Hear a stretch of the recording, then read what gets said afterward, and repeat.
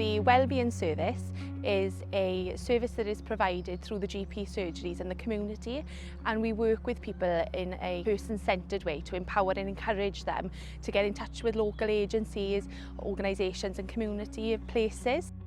We have the what matters conversation, and by that then we're really able to focus on specific areas of that person's life, and it's just about kind of building those connections then so that they can get that best possible support. For every individual that is referred to us, you know, although it might not seem like a lot coming into an environment like this every day, it does actually change lives. It's enabled us to really help those mums and reach out to those mums, and we're ever so thankful for that, and it's been great.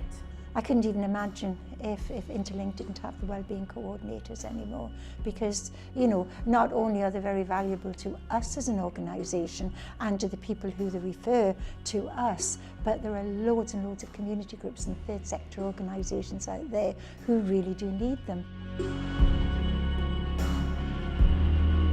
Build really good, strong relationships with our partners and organisations in order to be able to network and signpost and refer people into the correct organisations. I think the wellbeing service is vital, because Welsh Government, councils, health boards are all moving towards partnership working. That is how you get the best, because you all promote one another.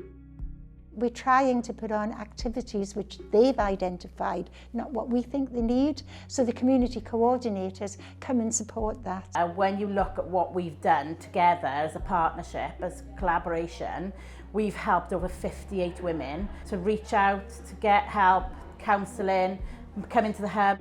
We've got women here who haven't left their houses for 2 years. By including kind of your local groups and local communities, we're able to really find those little kind of grassroots support networks for them, and it is really personalised for that specific person. It's just really touching upon what needs they have and kind of what we can provide for them, really. It's not an easy thing to do, to go and speak to somebody who you don't know and tell them how you're feeling. It's that first initial meeting. You've got to have the courage to get up and do it. I didn't really like going out, and you know, so it was quite nice to have someone there to help me boost my confidence up a little bit more to actually go out. I felt very lonely during the COVID, being stuck in, not seeing my family, and the few good friends I've got locally, because I've always worked away. I've sadly passed the last year or two. And I was on my own a lot. I wouldn't be as comfortable with myself now and dealing with my demons as I would have been if I hadn't have gone.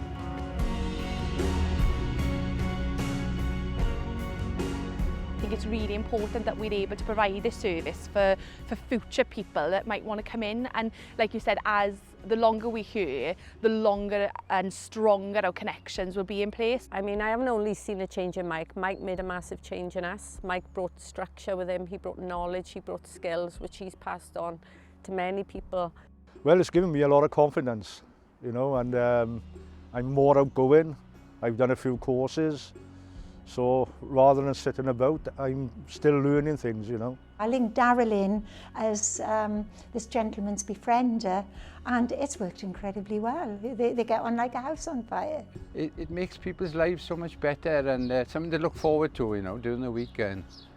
I think it's a marvellous job, to be honest with you. She talks to me like I'm her friend, basically, so it's quite nice to have that. If you've even considered that you might have a mental health problem, it's best to just start talking about it, because you'll be surprised at the response you get from people, that nobody's ever going to be disappointed because you said you need help.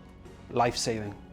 I know for some, for not just myself, for others that I've spoken to through these groups, it is life-saving.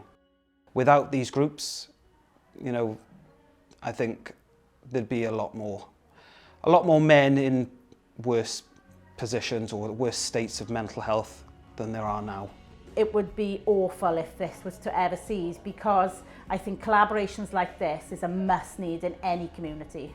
They are fixed in the community, the coordinators, they know the community, and they're not parachuting in and out, you know. So it's so important to keep them. I'd hate to see them go.